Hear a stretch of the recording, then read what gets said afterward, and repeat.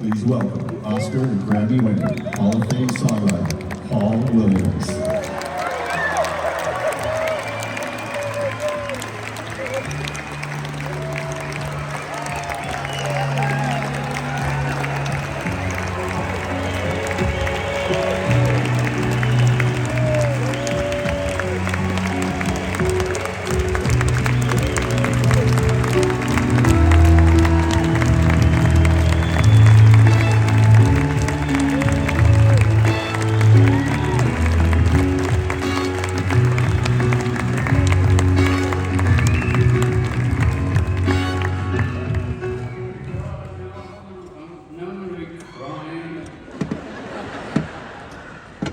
Bless you, what a lovely greeting. Thank you.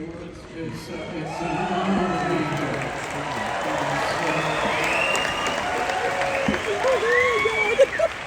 Herb asked me to do this. Herb said, would you go out and say a few words, kind of talk a little bit about, and so don't worry. There's nothing to worry about. But Herb left his horn at home. and he's okay, I'm lying. Of course he didn't leave this. He left it in Albuquerque. No, that's just for me. That's actually to let Herb know that I'm still the alpha infant on stage, and that I'm still Paul Williams and all. But it's an amazing honor to be here. This is my third time on this stage. The first time was with the Muppets. The Muppets Take the Bull, which was an amazing honor. God, do you know what a huge part of my life you are? Do you know how many things I did that came out and nobody went to see, and some of you just were crazy and showed it to everybody, and all of a sudden it had a life? So it's amazing to stand here. First time with the Muppets, second time with Portugal the Man. I love Portugal the Man. Great man. But this is the only time that I've ever brought cliff notes, or bullet points on stage with me. And as I was running out here, I was talking to God. I said, Big Amigo, please don't let my iPhone eat the note, because every now and then the iPhone decides to take something away, and all of a sudden there's a picture from 1942 or something. If you're wondering what the hell Herb Alpert has to do with all that old guy stuff up there and all, I'll tell you that Herb has a ton to do with everything up there, and has been a massive part of my life, a blessing in my life. For the last at least 55 years, my life has benefited from meeting Herb when he had a day job. Herb had a day job. He was the A in A&M Records. That was his gig. And the Al in Almo Music Publishing. And so, this was a company that changed my life and all. Started out in a garage. How many of you knew that A&M Records started out in a garage? Herb Alpert and Jerry Moss in a garage on a handshake. And you can hear all the attorneys in the audience going, "So you joking, Johnny, son." You can hear the clenching of teeth at the thought of that. But don't be like that, because look at all the contracts you began to work on through the years, because A&M Records attracted everybody. It was amazing. Herb started because he tells a great story. Herb tells a story about before A&M Records. He was a recording artist, and he was on another label. He was recording, actually he was in a session, a mixing session, where they were mixing his record. It was going to be his single.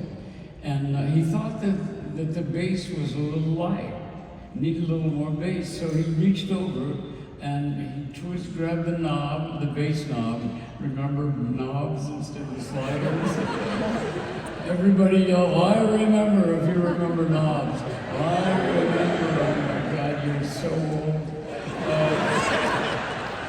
But he reached over and he boosted the bass just a little bit, and the engineer slapped his hand.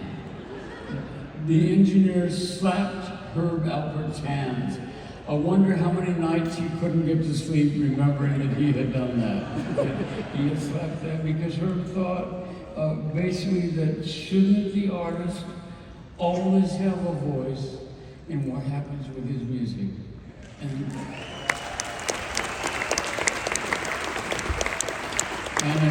And I would take that into 2026 and say, shouldn't he always be paid for it? And, you know, shouldn't he have the right to say no if you try to train your computers with it and whatever? But so Herb's whole thing was artist first, and I've got a day job where our thing is human first and all. So, but that's another night and another story and all that. But I'm here to talk about what happened to my life because I met Herb Alpert when he had a day job. I showed up at A&M Records. I was an out-of-work actor in a stolen car. It was borrowed, but I just didn't tell the guy that I borrowed it, and it was a little bit, and I could have used one of those attorneys that I just insulted out there, but we worked it out and everything. I showed up at A&M Records, and they were looking for a lyricist for an amazing composer named Roger Nichols. And Roger Nichols, who passed away a little over a year ago, became my music school, he became my brother, he became the guy that I sat down with every day. We wrote almost every day, and everything we wrote was recorded, and none of it was ever played on the radio. For 3 years, nothing was ever played on the radio and all. But I mean, we were making a great living. It was wonderful. I had a lot of B-sides. B-sides were great. You got paid for the mechanical distances, but anyway, it was a wonderful time to learn, to find a way to do what I felt like I was here to do. I mean, I wanted to be an actor, but you know, I felt like Montgomery Clift, but I looked like Haley Mills, you know. And didn't I look really healthy in that footage? I sounded like Broderick Crawford, you know. And yet Herb decided that he wanted to record me. So my life just expanded so much and all, but when I met Herb, Sergio Mendes called it the magic of the encounter. And I think it's a beautiful way to describe and talk about an amazing artist, Sergio Mendes in Brazil '66.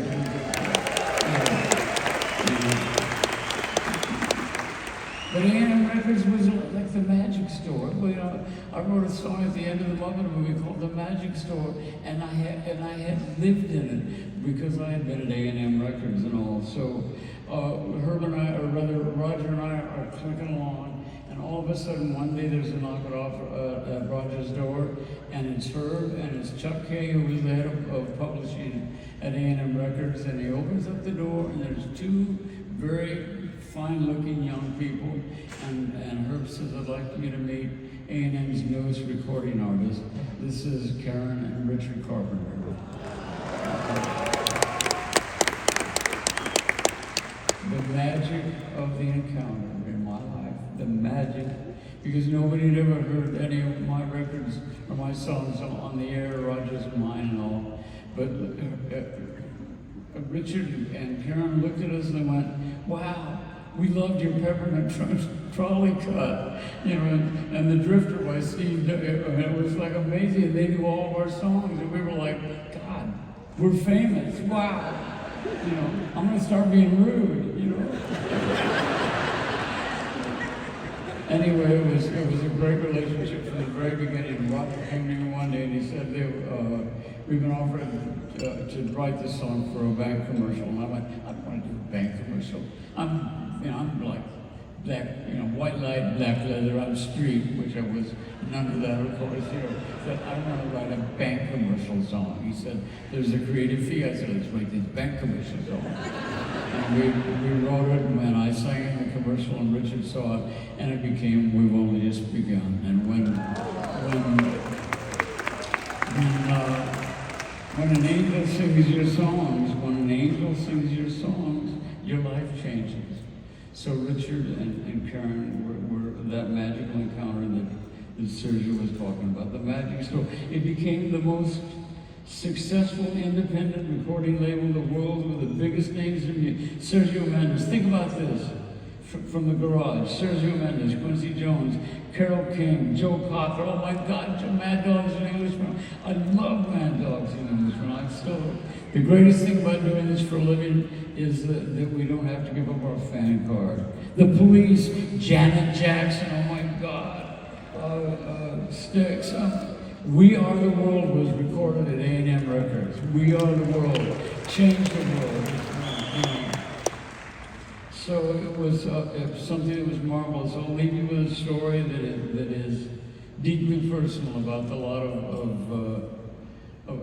A&M Records, the old Chaplin studio. My little brother was in the Marines. He was 6 years younger than me. His name was Mentor Williams, and he played in bars when he was 16 years old. And when he got out of the Marines, he came to visit me, and he said, "Paulie, I want to be a songwriter like you, or and I got him a little starter publishing deal. Herb brought him in and gave him an office in this little ex-Marine with his Marine haircut. And he sat for every day, he listened to the radio, and he wrote songs, and nothing was getting recorded. They were good songs, but something was missing. And all of a sudden, the 6 months were up. And it was a Saturday, and it was raining like crazy. And he went to the lot, the old Chaplin studio lot. Nobody was there but the guard. He goes up to his office, and the dream is over. He missed it. And he's like totally depressed. He's totally confused, taking stuff off the walls to pack it all up and leave Grundy. And he grabs the yellow pad and a pencil, and he sits down and he goes, "Day after day, I'm more confused. Yet I look for the light in the pouring rain. You know that's a game I hate to lose. I'm counting on you to carry me through. And maybe you know it, sing it with me. Give me the beat, boys, and free my soul. I want to get lost in your rock and roll and drift away. Oh, free my soul. I want to get lost in your rock. Okay, that's what I wanted from you. What I wanted tonight, what you just gave me, is something I'll remember my whole life. Because, man, you were just performed at the Hollywood Bowl.